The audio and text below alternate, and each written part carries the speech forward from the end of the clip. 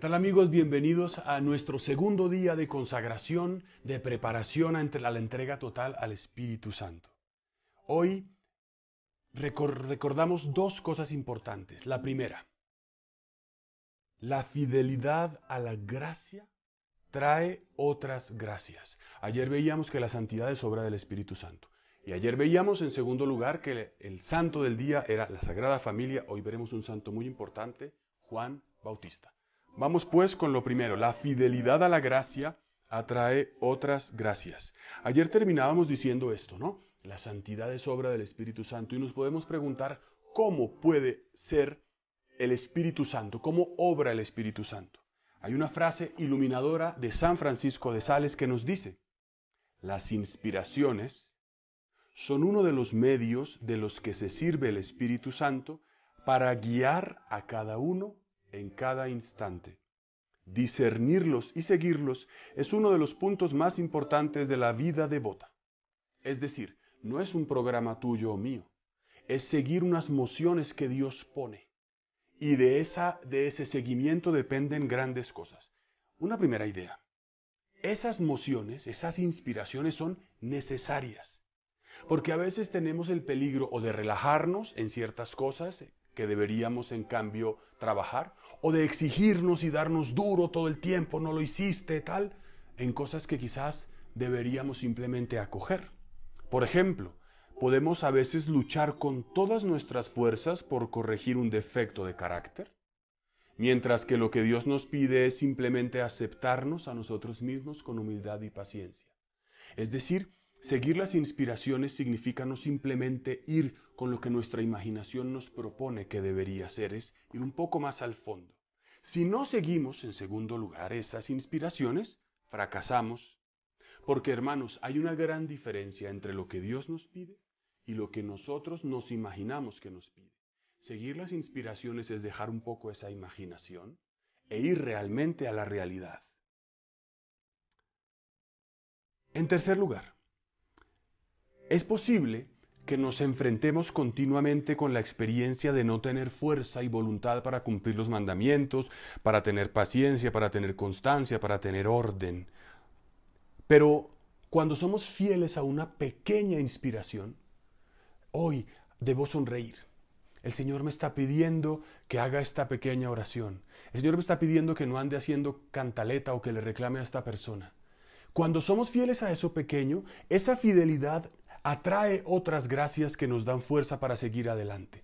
No se trata, por tanto, de ponernos metas imposibles, sino de seguir aquello que Dios nos pide. ¡Ay! Dios me está pidiendo que haga una llamada telefónica, que me acuerde de tal persona, que le pida perdón a fulanito. Cuando somos fieles a esas pequeñas cosas, Dios atrae más gracias para nosotros.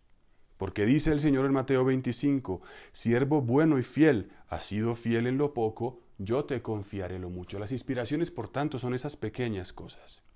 Luego, en cuarto lugar, dice San Francisco de Sales, cuando se aprovecha bien una inspiración que el Señor nos da, nos concede otra. Y así nuestro Señor continúa otorgando sus gracias a medida que se aprovechan. Coges una inspiración, te fortaleces. Como los muñecos animados o los videojuegos. Tienes como una fuerza que te hace más grande y a medida que tomas más te haces cada vez más fuerte. Empiezas con cosas pequeñas y te vas haciendo capaz de cosas grandes. Esa, por tanto, y es el quinto punto, sería la ley espiritual que hoy quisiéramos plantear. Obtendremos la gracia de ser fieles a las cosas importantes si somos fieles a las cosas pequeñas, sobre todo cuando esas cosas pequeñas nos las pide el Espíritu Santo mediante esas inspiraciones o mociones. Es posible que al principio obedecer, abstenernos de cosas, trabajar, se haga difícil. Es un camino que exige humildad y renunciar a nuestra pretensión de autosuficiencia y más bien supone aceptar nuestras carencias y debilidades. Señor, no soy capaz de emprender esta tarea, no soy capaz de perdonar, no soy capaz de hacer esta llamada, no soy capaz de enfrentar esta dificultad, pero tú puedes, porque yo confío en ti, porque tú me lo estás pidiendo. Esta inspiración me está mostrando que viene del cielo. Y finalmente, entonces, ese sería el sexto punto. Es así como el Espíritu Santo recibe el nombre de Consolador, porque cuando acogemos nuestra pobreza, somos capaces de recibir sus inspiraciones y nuestra alma recibe un bálsamo de paz y de descanso que nos colma de consuelo. Decía Ricardo de San Víctor, me atrevo a afirmar que una sola gota de esos consuelos divinos puede hacer lo que todos los placeres del mundo no podría, recibir al Consolador. Por tanto, esa primera ley de que una gracia pequeña trae otras gracias nos lleva a una segunda ley espiritual. Lo que es capaz de satisfacer nuestros corazones no son los bienes que recibimos, el tener, sino el bien que practicamos cuando es inspirado por Dios. Dice los Hechos de los Apóstoles, hay más alegría en dar que en recibir. Y estamos por tanto diciendo varias cosas.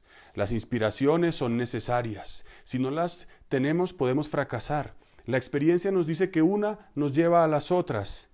En ellas podemos ir creciendo. Tenemos una ley espiritual que consiste en que seremos fieles a lo grande si logramos perseverar en lo pequeño. Y finalmente, que el consuelo de Dios es lo único que nos da plenitud. Y en segundo lugar, hoy veremos un santo muy importante, Juan el Bautista. Primer punto, la identidad de Juan el Bautista. La identidad de él es que es humilde. Es el precursor, el que dijo conviene que él crezca refiriéndose a Cristo y que yo disminuya. Es el primo del Señor. Más bien el hijo de la prima de María, la prima que se llamaba Isael, hijo también de Zacarías. Es luz, es aquel que tiene siempre su mirada en Jesucristo. Ha dicho, yo bautizo con agua, pero en medio de ustedes está uno que no conocen, que viene después de mí. Pero yo no soy digno de desatar la correa de las sandalias. Humildad y verdad están presentes en Juan el Bautista. Es uno que dice, yo no soy el Mesías, yo soy una voz que grita en el desierto. Juan el Bautista es un hombre que vive con profundidad su misión de decir la verdad, de confrontar. Juan el Bautista tuvo que vivir el confinamiento, tuvo que vivir la cuarentena. Juan Bautista estuvo preso, encarcelado por Herodes, como tú y yo podemos estar hoy encarcelados, pero ni en esa situación bajó la guardia. El segundo punto es que Juan tuvo entonces una misión que se concretó justamente en su cautiverio, defender y confrontar. Él sabía que el rey Herodes estaba casado, no estaba casado con la que convivía, estaba en adulterio, y por tanto le decía la verdad, y Herodes lo mandó matar, porque su veleidad le hizo irse de la lengua y prometer cosas que no debía. Y Juan el Bautista, en tercer lugar, entregó la vida al Señor en su martirio. Juan Bautista fue preso, pero no por estar preso se acobardó. Tú y yo estamos en cuarentena y Juan el Bautista nos enseña que estamos llamados a vivir en la verdad. Tal vez a ti o a mí no nos toque morir físicamente derramando la sangre por Cristo. O tal vez sí, eso yo no lo sé. Pero también siendo cristiano y siendo parte de la milicia de Dios en la tierra, nos podemos preguntar, ¿estamos tú y yo dispuestos a confrontar y a defender la verdad delante del que sea? Esa es la enseñanza de la cuarentena de Juan el Bautista. Una cuarentena en valentía, no en acobardamientos. Oremos. Atrae mi corazón, oh Espíritu Santo, para que solo ame lo que es santo. Fortaléceme, oh Espíritu, para que defienda todo lo que es santo. Amén. Dios los bendiga.